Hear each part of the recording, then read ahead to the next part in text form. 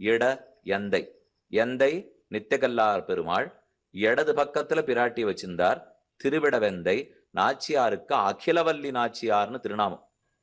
ஏனால் அகிலம் 360 பெண்களை காலவ மகரிஷி பெற்றார். அந்த ரிஷிக்கு எப்படி எல்லா பெண்களையும் கல்யாணம் பண்ணி கொடுக்கறதுன்னு தெரியல. பெருமானே கல்யாண பிள்ளை திருக்கோலத்தில் வந்தார். உம்ம ஓரொரு பெண்ணையும் ஓரொரு நாள்ல கல்யாணம் பண்ணிக்கிறேன் என்னும் முதல் நாள்லேருந்து வருஷம் முழுக்க கல்யாணம் பண்ணிட்டார். அதனால அவருக்கு நித்திய கல்யாண பெருமாள்னு திருநாமம். கடைசி நாள் ரிஷிக்கு என்ன வேணும்னு மாப்பிள்ளை கேட்டார்.